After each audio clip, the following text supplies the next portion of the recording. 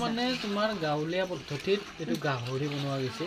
আচ্ছা বিলাহী দিলোঁ, আলু দিলোঁ, লগত তোমাৰ গাহৰিটো আছে আৰু চৌকাৰ টেষ্টটো এনেও বহুত চৌকাৰ বেছি। টেষ্টটো এনেও ধুনীয়া।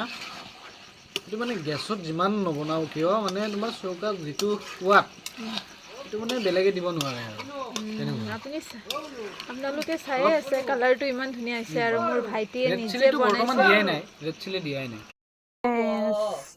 আজি মোৰ মামীয়ে গাহৰি মাংস বনাব আৰু এইটো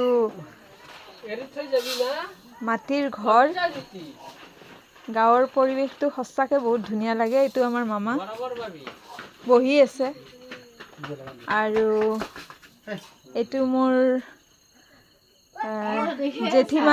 জেঠিমা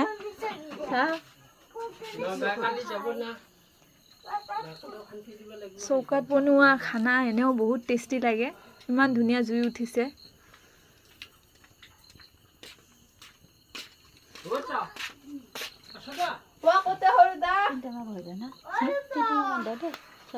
মাত্ৰ এটা খাবি ভাত।